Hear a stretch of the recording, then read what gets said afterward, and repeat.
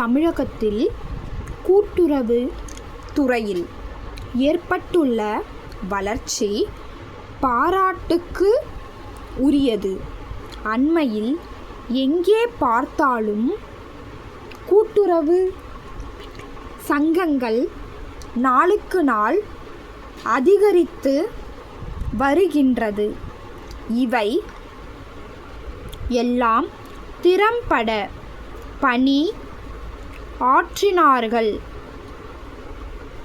எதிர்காலத்தில் நல்ல பலன் இவற்றால் மிகுதியாக மக்களுக்கு கிடைக்கும்.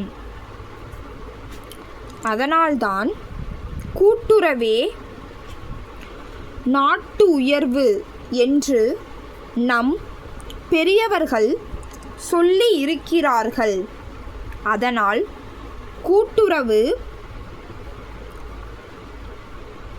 கொள்கையை பொதுமக்கள் நன்கு ஆதரிக்க வேண்டுமென்று கேட்டுக்கொள்கிறேன். இதற்கு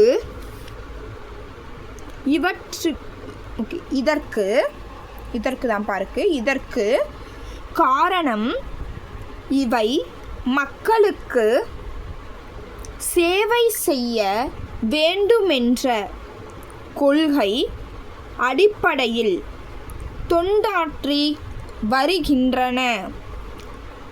அதை தவிர இதற்கு மற்றொரு முக்கியமான காரணம் கூட உண்டு.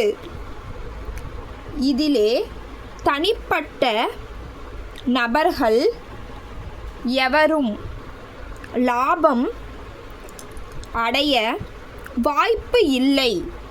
இதன் மூலம் கிடைக்கும் லாபம் உறுப்பினர்களுக்கே வந்து கொண்டு இருக்கும். ஆகையால் ஆங்காங்கே மக்கள்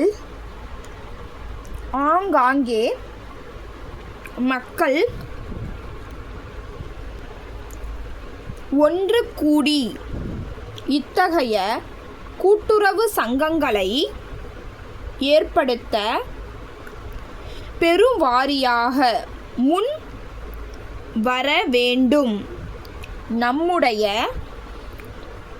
மக்கள் பலவிதமான கொள்கை, வாழ்க்கை, கலாச்சாரம் உடையவர்களாக இருக்கிறார்கள். அவர்களது பழக்க வழக்கங்களை எல்லாம் மாற்றுவது சுலபம் அல்ல.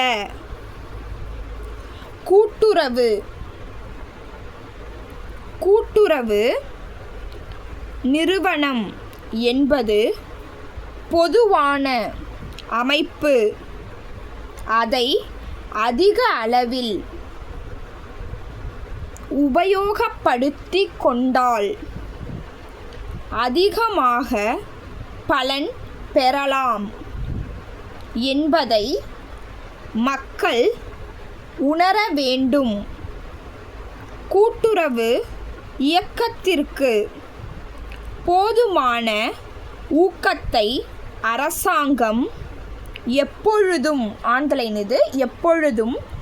வழங்க தயாராக உள்ளது. Please subscribe my channel.